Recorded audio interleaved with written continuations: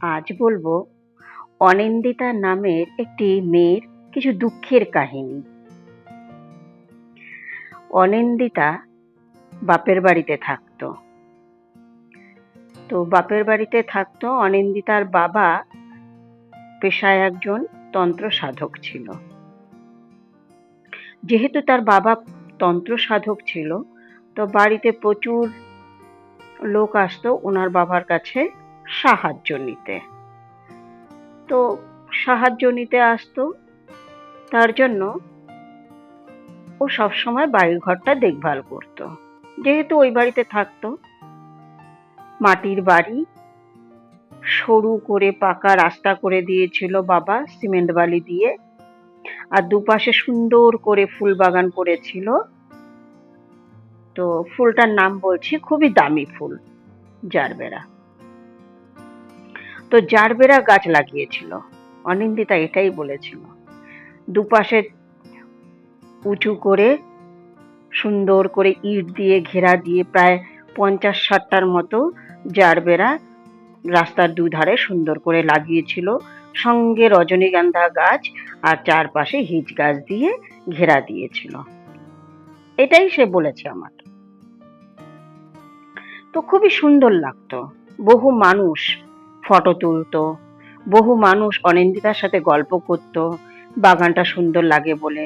কখনো কখনো কেউ ভালো বিচারও দিত, কোন সার দিলে ভালো হবে, কেমন ভাবে জল নিকাশি ব্যবস্থাটা রাখলে গাছ নষ্ট হবে না, কোন মৌসুমে কিভাবে গাছটাকে ঢেকে রাখতে হবে, এইরকম ইত্যাদি ইত্যাদি। তো একদিন এইরকমই আশ্বিন মাস, মানে অক্টোবর মাস, আশ্বিন মাসের বেলাতে অনিন্দিতা বাড়ির পেছন দিকে প্রায় ৮০-৯০টা গোলাপ গাছ ছিল। তো তার পরিচর্যা করতে গেছিল। এটা অনিন্দিতার মুখের কথা।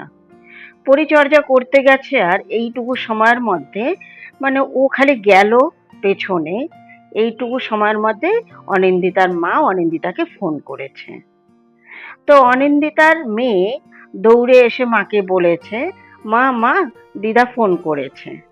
তো অনিন্দিতা দৌড়ে এসে যখন ফোনটা ধরতে আসছে, তখন দেখতে পাচ্ছে যে সামনের বাগানে একটা গাছেও ফুল নেই। ওই যে জারবেরা চাষ করেছিল, তাতে বাহারি বাহারি জারবেরা ফুল হয়েছিল, একটি ফুলও নাই। এই দেখে অনিন্দিতার মন ভীষণ খারাপ হয়ে গেছে। এইটুকু সময়ের মধ্যে এতগুলো ফুল কে নিয়ে চলে গেল?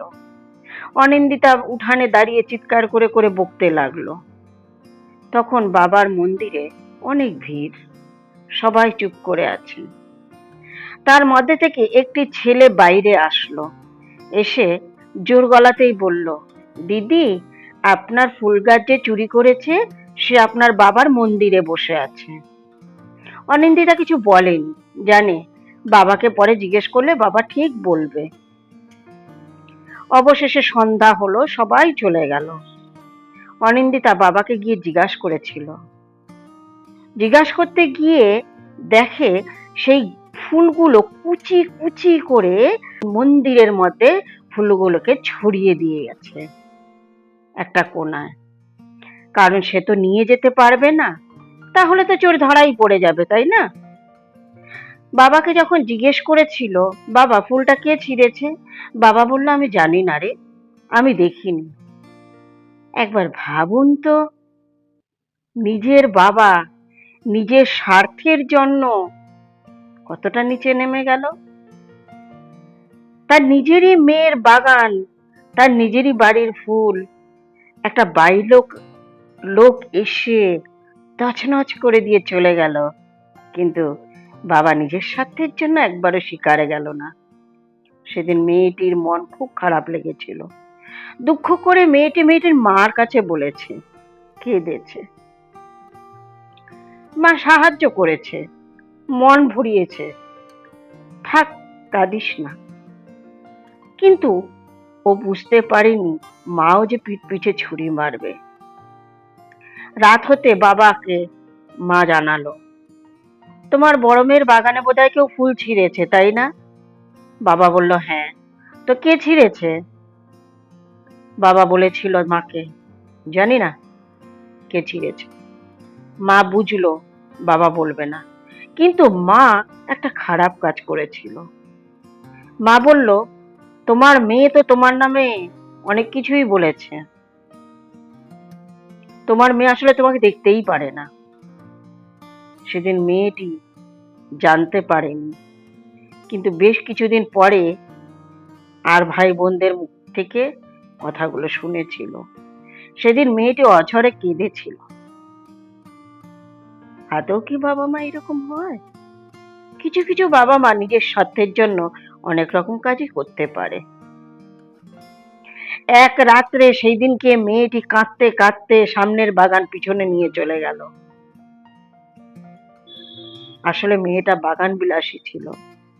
মেয়েটির বাগানে যদি কেউ হাত দিত, তার হৃৎপিণ্ডতে বড় কষ্ট হতো। তাই সে সেদিনকে বাগানটাকে এক রাতে কাঁদতে কাঁদতে উঠিয়ে নিয়ে গেছিল। 2-3 দিন পরে এক মহিলা এসে জিজ্ঞেস করলো, এ মা, তোমার বাগানটা কোথায়? কত সুন্দর করে লাগিয়েছিলে। মেয়েটি দুঃখ করে মহিলাকে বলেছিল,